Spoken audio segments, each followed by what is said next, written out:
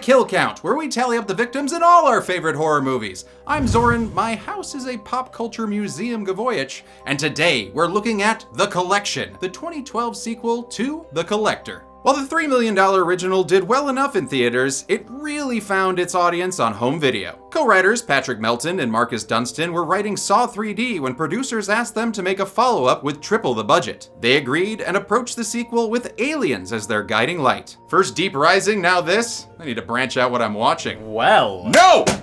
Director Mark Dunstan wanted The Collection to work even for viewers who didn't know there was a first film. The result is a bigger, bloodier movie, with some action in its horror and a little horror in its action. We see Arkin return, trying to find asylum by locating a rich guy's daughter who's been recently collected. To save her, he and a group of mercenaries have to invade the Collector's home base of horrors. Personally, The Collection failed to create as much of a connection with me as the first film. The underdeveloped mercenaries are just collectible cannon fodder amidst a bunch of blurry, shaky cam action. Plus, the traps still don't make any goddamn sense! But I respect the hell out of director Dunstan. The man is a true professional, and he created a fun atmosphere on set. It's just a fantastic set to be around. The minute you walk on set, he greets you with a hug. Plus, there are some amazing kills, brought to glorious life by a few Walking Dead crew members they snagged on hiatus between the first 2 seasons. And let me tell you, they were invaluable because these kills can get gnarly. But you can make sure that you're not bothering the more squeamish amongst you with the help of today's sponsor, Raycon. Why, just yesterday, I was doing one last watch through the movie, and thanks to my Raycons, I was able to make sure I wasn't disturbing a soul. Oh!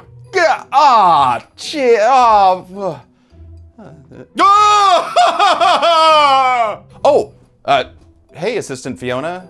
Oh, I'm sorry. Were you trying to get my attention? I had these in noise isolation mode. Oh, totally fine. I didn't want to disturb your flow or anything. Can you just maybe turn down the shouting? Oh, damn, I'm sorry. That wasn't very awareness mode of me. Sure. So you'll... Actually, tell you what, why don't I give you my second pair? That way, if I'm being too loud, I won't disturb you. You have 2? Yeah! Since Raycons cost half the price of comparable earbuds, I was able to get myself a pair and a spare for less than I would have spent on the big name competitors. And you know what? You can keep those. It's a business expense anyway. Don't tell James. What was that? Nothing! Anyway, with 8 hours of playtime on one charge, you'll be able to go all day without ever noticing me. And next time, if you need me, just call. You can make use of their crystal clear call quality. I will absolutely do that. Thanks, Zoran. Give you the Raycons? Yep. You can stock up on your own Raycons at the link in the description, or go to buyraycon.com/deadmeat to get 15% off your Raycon order. Will this tour through the Collector's Collection be worth the price of admission? Let's find out and get to the kills. The movie begins with a flashback. Elena Peters and her dad coming home from her mom's funeral. Christopher McDonald plays the papa, who promises his daughter he'll always look after her. Promise? I promise. Ooh, looks like your fatal instincts were a little off, Kelbo. The car crashes us right into the opening credits, accompanied by a 9 Inch Nailsy song that says, "I want to title card. You like these animals." And in case you need a reminder of who the collector is, this movie's got you. The assailant entraps his victims in their homes, businesses, and workplaces. He then kills them. Well, except for the ones he keeps for his collection, like the world's kindest burglar, Arkin. Who's got a little heart of gold? You do. We're in present day now, with a grown-up Elena Peters who still deals with ear damage from the accident. That means she needs a hearing aid to listen to her D-bag boyfriend Brian's obvious bullshit. I'm not gonna be able to make it tonight, babe. I gotta work till close. Luckily, her best friend Missy offers to take her out and raise her spirits. When she sneaks past her dad, old Shooter McSnorin, she's free to hit the club with Missy and Missy's horny brother Josh. Not that Josh. The underground rave they go to is a frankly wild time. I mean, they have everything. Garage door openers, malort muggings, drunk focus pullers. Oh, and cheating scumbags named Brian. Damn it, this is Jeff cheating on Kelly at the attic all over again. And who's that above them all? Why, it's the Phantom of the Garage Rave who's there, biding his time. Yes, Elena, my angel of sadness, cry, yes, cry for me! Damn it! Quick, Crate, you ruined my rhythm. A Toulon trunk distracts her and she unlocks it, hoping to find some Puppet Master kill counts. But instead, she just finds Arkin and Van Helsing's crossbow in the air conditioning system.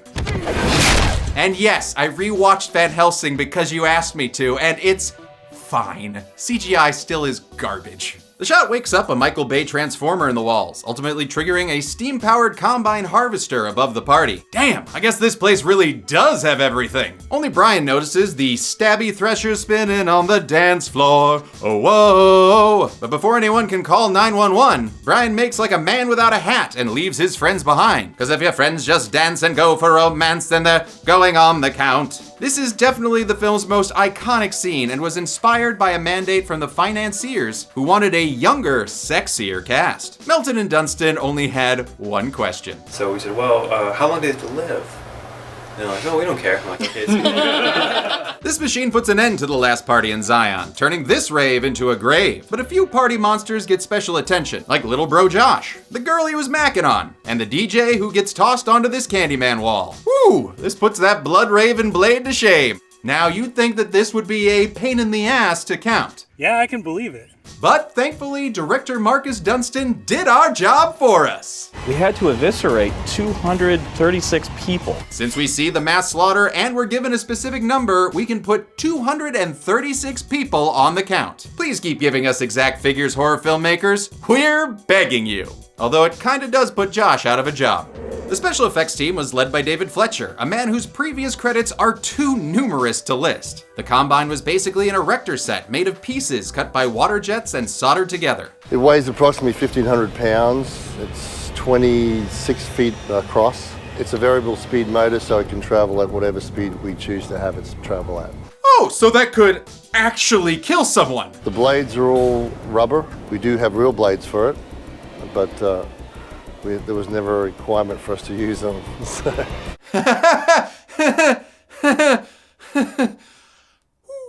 Production had 55 gallons of fake blood for the scene and still ran out. They used sprayers and air mortars to launch blood and guts on set, then shot exploding blood bags on green screen to sweeten the carnage cake. And I don't know how anyone could not have fun doing this. And they are just hosing us down, just head to toe, just all red. And I look up and I see one of my bosses and he's just shaking his head and mouthing, "I'm sorry." And that was stunt performer Elizabeth Davidovich, who I have a personal connection with since she's the sister of my good friend Joanna Davidovich, who animated the Graboid in The Ballad of Bert Gummer. This was one of her first features as a stunt performer, and she had a blast because they kept using her over and over again. If there's a female flying through the air, that's me. Elena leaves Arkin to undo his own anklet and find out what all those lasagna noises in the dark are about. She witnesses some non-Danny Trejo machete kills, including one that actually looks like the blood spray killed her. That machete did shit. Well, in any case, Brian the dick boyfriend has officially been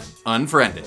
Meanwhile, Missy missed the Mulchi massacre, only to find herself in a compacting cube cage. Unreal. Elena tells the Zeta Beta Zeta pledge to fight back. No, push up, stupid. But Missy loses to the machinery and is killed along with 16 other XX party guests. Guess I better tell the Law his ex is dead. Yeah, hey, the Law? Jenny Matrix is dead. Zoran, that's a character I played on a web series. Please stop calling me. Elena runs and finds 7 more machete victims that somehow piled up in the 2 minutes she was gone. You're all idiots, you deserve to die. She asks Arkin for help, but then the Collector sneaks up behind her sounding like a gremlin. Ooh, Arkin doesn't like midnight deadlines, so he grabs Brian's fresh corpse and uses it as a crash pad to safety. Good job, Brian. That's literally the nicest thing you did in the entire movie. This jump was done off a platform created 16 feet off the ground and was performed by the awesomely named stunt double, Bonsai Vitali. It was like 25 degrees, the wind was howling, and I was just barefooted. I wasn't jumping 16 feet down. There's something wrong with those guys that they want to do that stuff. And I thought I had a cool name. I don't. Arkin Rigsity resets his arm and runs free. Hey man, aren't you gonna leave a note for Ash about his car? Meanwhile, Elena becomes the Collector's latest Redbox rental. Careful, man. There's a daily fee if you don't return her on time. That's how they get you. At the hospital, they reset Arkin's arm, and he briefly talks to his wife. So, honey, do you still need that money for those loan sharks? Oh, no, you're a different actress. I'm sorry, my bad. We'll just ignore that plotline. Say hi to my daughter for me. The movie doesn't need her anyway. It's got this cop. I'm not a cop. Yeah, that's what a cop would say. Well, he's actually not a cop. This is Lucello, the guy Mr. Peters pays to eat pieces of shit like the Collector for breakfast. And son of a beacher, he's played by one of my favorites, Lee Tergesen, previously seen on the kill count in Texas Chainsaw Massacre: The Beginning. Lucello proposes a deal that sounds awfully familiar. I've assembled a team and we are going to find him and kill him. If Arkin helps them find Elena and the Collector, he'll get a clean slate, or maybe some money. Who cares? He's going. Arkin uses the Yacha language cuts he made on his arm when he was kidnapped to retrace the drive back to the Collector's hideout. It's at the long-abandoned Hotel Argento, which looks pretty Suspiria-ish to me. In a neat cross-cutting sequence, we see Arkin pick his way in, as Elena picks her way out of captivity. This scene shows how she's not your typical helpless horror heroine. She learns to save herself, which is really cool, and I never had to show my tits. Always a plus. Elena quickly counts 2 CGC 1.5 grade collectibles hanging in the background. She also finds another box making weird noises, and since the last one only ruined her life a little bit, she goes for the best 2 out of 3. Oh, good. It turns out it's just rigor mortis. Thank goodness.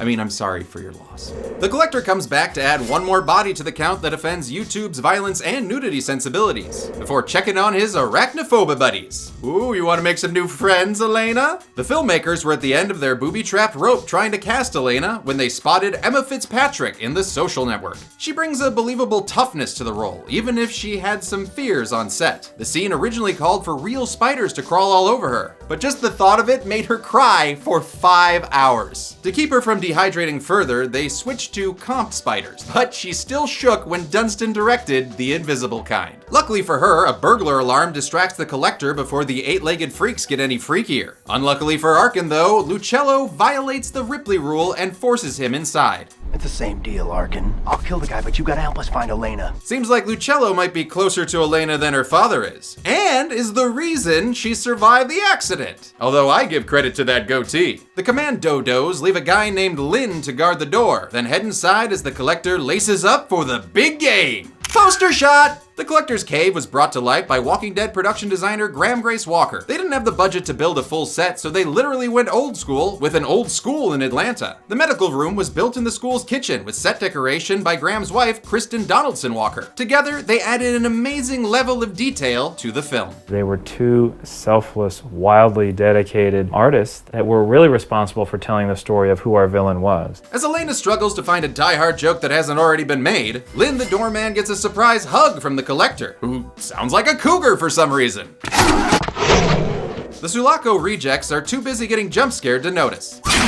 This blurry cuckoo nester tussles and tumbles till a merc named Paz gives it a full frontal lobotomy. What the fuck was that? One of the Joker's homicidal art pieces, I think?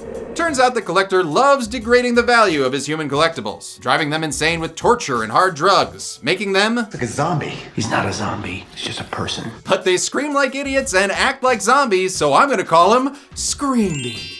They find a pile of parts that won't go on the count since we never met these kibble and bits. And honestly, it's impossible to get a real number out of them anyway. But don't worry, we can add this Screambee that Lucello quickly dispatches. Also played by Elizabeth Davidovich in her first squib stunt. That's me. That was this shoulder.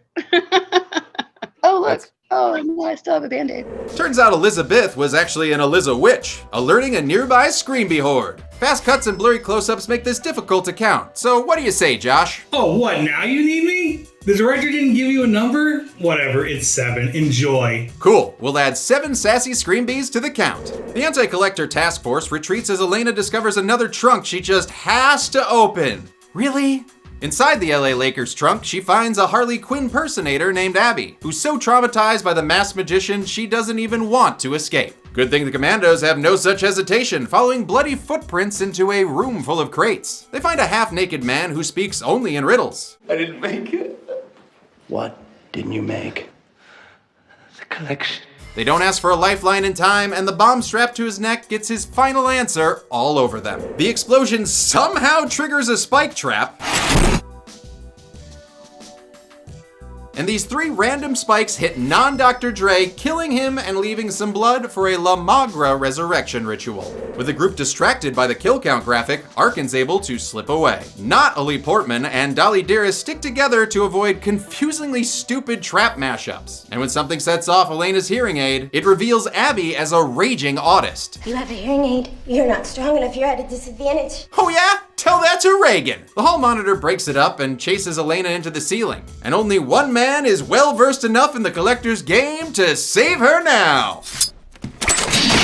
Well, never mind. Arkin, what happened to you? Arkin hears a merc named Wally looking for him. He's played by Andre Royo, best known for The Wire. The only place to hide is a laundry chute, leading to the Frankenhooker parts storage pile. So, Arkin somehow hangs there with his broken cast arm, before eventually falling into the show bits and pieces play pit. Arkin works the shaft and climaxes by going full McLean. The Collexpert heads to a human centipede wing, adding a few trophy kills to the count. As usual, we're only gonna count the ones with meat on their bones. And going by the torsos, that gives us 4 Ripley rejects to add. Shake me, shake me.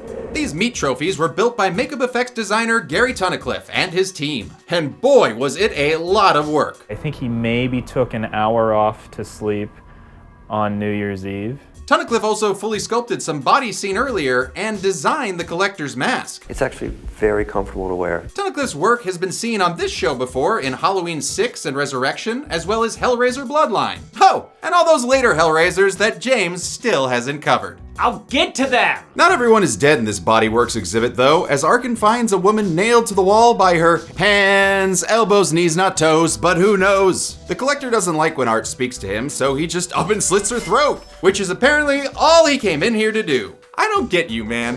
Elena stumbles into a less impressive haul of bear traps when compared to the first film. Yes, it's me again. I'm going to need some more bear traps. Only 3 this time, so that's not a crime, right? Right? Oh, those are sirens. She proves she's better than Leon Kennedy, easily passing the Buckner bear traps and heads into the collector's main office, just as Arkin breaks into the mummy maze at Halloween Horror Nights. He's found by the commandos, who knock him down and rough him up, but joke's on them, since only Arkin notices the collector's gone fishing, Pesci Glover style. He hooks himself 170-pound Wally. And, it makes sense. You go fishing, you see bubbles. The collector swings in like Errol Flynn and sends Paz on a little upside-down roller coaster ride. Well, it actually looks pretty fun and badass. But just as fast, the collector reverses the film back up into the rafters. The original collector's actor, Juan Fernandez, is replaced here by stunt performer Randall Archer, likely due to the sequel's more action-y requirements. Or maybe Fernandez just didn't want to be lonely on set. Nobody wants to talk to me. Archer does a great job, but I do miss the creepy slenderness of Fernandez. But hey, it's kind of like a Hodder versus Kersinger Jason. To each their own. Abby shows up and says she knows where Elena is, so she, Lucello, and Arkin soldier on through the Mannequin Reboot's casting couch auditions. They're following Paz's screams, not knowing that they're coming from a speaker. So it's Elena who finds the mercenary first in a dolphin's nightmare net. Lucello only manages to find... Oh god, no, it's I'm sorry, who is that again? Actually, can you give me a little help, writer Jeremy? Oh, him? That's the button man Lynn, the one who caught the Harlem sunset from the perk with the pearlescent peepers. That did not help at all. Lynn was killed earlier and is doubly done in by a bunch of ba-bombs, both regular and glitter. Arkin says Van Dam the 7 years bad luck and makes them a Belgian exit. Once Lucello power slides in, they turn a single quarter and find Elena and Paz. Well, that was super easy, barely an inconvenience.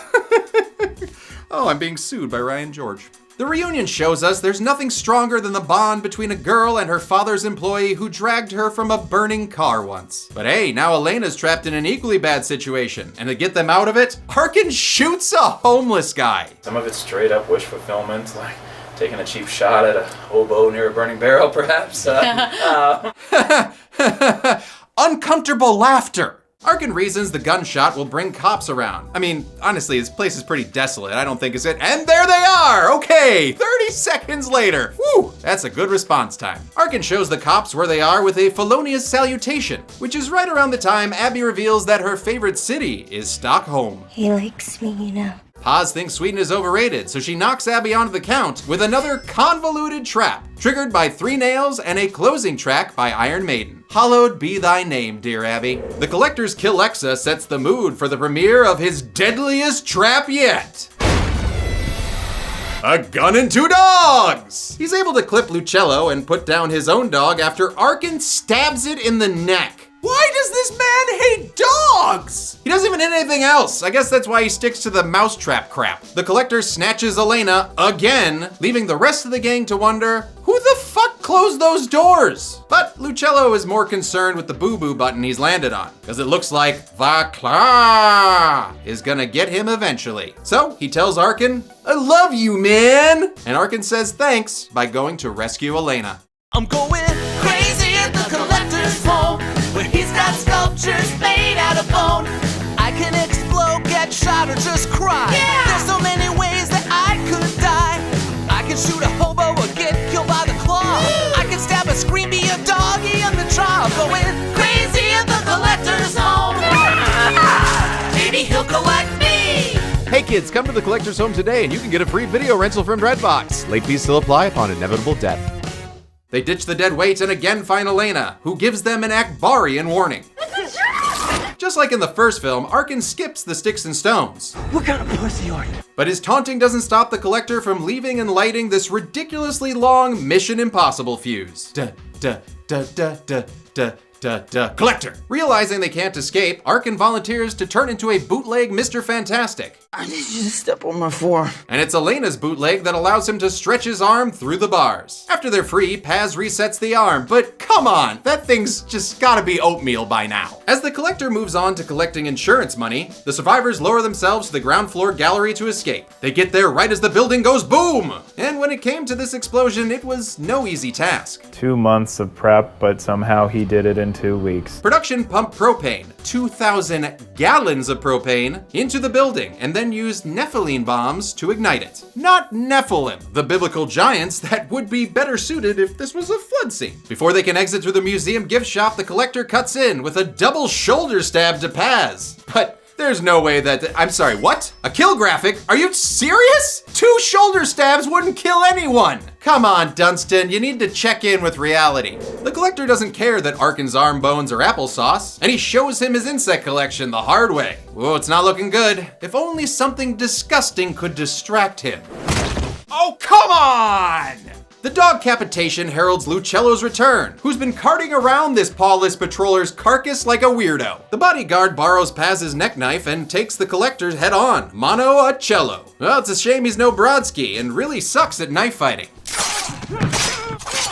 He must just be missing all his QuickTime events. He manages to slice up a Collectabelly though, just before the killer shows him how it's really done. And this is the last time we see Lucello alive, and body bags at the end confirm that he didn't make it. Oh, come on! Gary, Wyatt, can you get Lisa to bring Chet back? Please? Arkin tags in and gets in some good shots, but receives a Richie slit for his troubles. Elena, meanwhile, wants out of this movie and turns into a manic pixie scream girl. It alerts the firefighters outside to their location, as Arkin pulls a phasma, dumping the Collector down the Limdry chute. Arkin must sweat kerosene as he's able to light part of his tank top on fire, tossing it down the chute and turning the Midnight Man into the Mid-Ignited Man. Arkin makes his way to the exit, but is blocked by a burning beam. And this burning finale was a challenge to film, since it had to use real fire on a studio stage. We had to build a trophy room so it wouldn't burn down. In order to not set off the sprinkler system and also, not kill anyone, they set up a series of fire bars that were meticulously numbered and fed into a valve control system, which could be turned off and on at will. So Marcus, all he had to do was pick which walls that he wanted to be on fire at that time,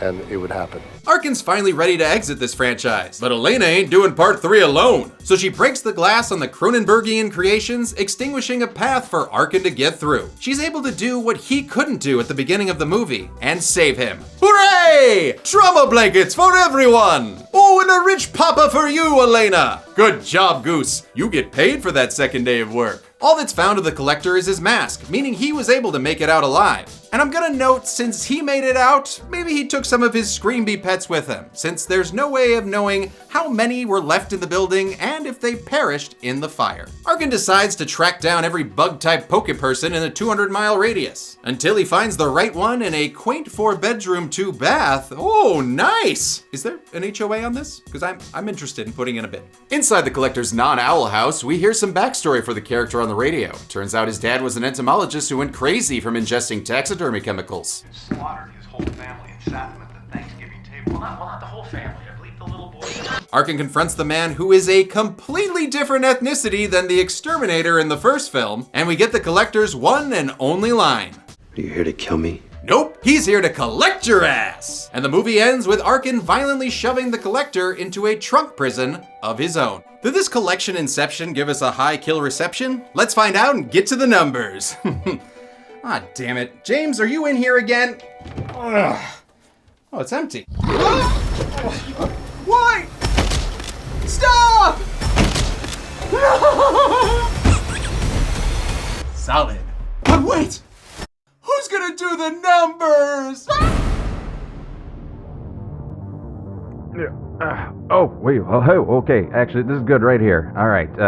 287 people died in the collection. Of those, 32 were men, 43 were women, and 212 were too minced to tell, giving us a pie chart as gray as the interior of this trunk. With a runtime of 82 minutes, that left us with a kill on average every 16.9 seconds, making this the 6th highest kill count and my 3rd entry into the top 10.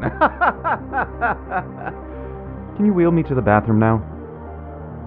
I'll give the golden chainsaw for coolest kill too. Oh, come on, you know it's the rave scene. Why even pretend? Seriously, you can't John Deere an entire nightclub and not go home with the gold. Plus, we're not counting John Wick, so this is the closest you'll get to the Red Circle Club. Dull machete for lamest kill goes to Lucello, who doesn't even get to say goodbye. Killed off screen by some desperate house knives. Boo! And that's the collection. Dunstan and Melton actually started filming a 3rd movie called The Collected in 2019. They had Josh Stewart and Emma Fitzpatrick returning, and Tom Atkins was signed on to play Arkin's father. But in a bizarre twist, the producers shut the set down 8 days into the shoot, and then stole all the filmed footage, bringing an end to any current chance for a threequel. Next week, I've got a special video just for Tremors Fest, and then in 2 weeks, I'll continue my guest hosting duties with the much requested Critters franchise. Fuck yeah! I'm excited too, buddy. But until then, I'm a man who's never had a cup of coffee in his life, and this has been the Kill Count.